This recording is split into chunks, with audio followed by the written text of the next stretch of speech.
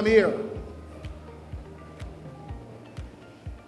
to present to the MP, to the council, and to the residents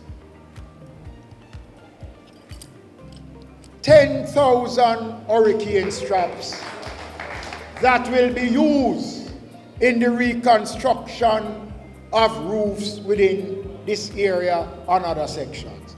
Any roof that you have to put on using ply and zinc or whatever, those approval process is going to insist that hurricane straps must be used to secure the roof. And one of the areas that will strengthen the local authorities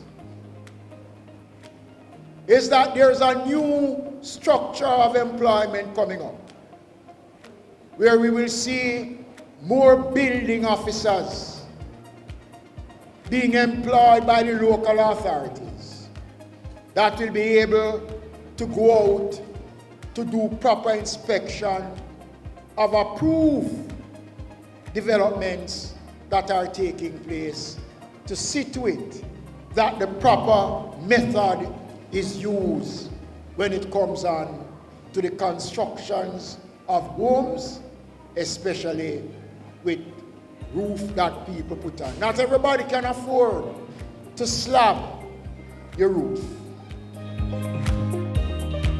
Rocky Point is the community on record as having the most totally destroyed homes in the country. Portland Cottage is a close second. So as we look to restore the homes, it is critical that we don't put people back in the same position that any breeze blow, mash them up.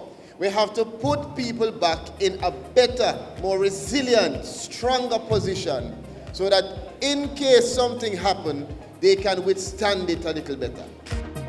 We thank the government for these initiatives, because it's these initiatives that is going to make the people recognize that there is a government that cares. Hurricane straps help to secure your homes. I was in Alligator Pond, and when I look at some of the homes that have lost roof, and right sitting in between, I saw some houses. I am wondering, how in the name of God did these houses stood up to bury? And when I look up, I could count the hurricane straps holding on the roof that gave protection to those persons.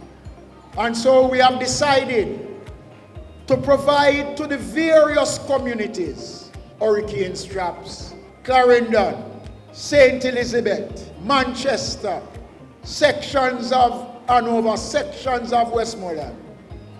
The various parishes that have been severely impacted, and persons are suffered because they don't have no roof.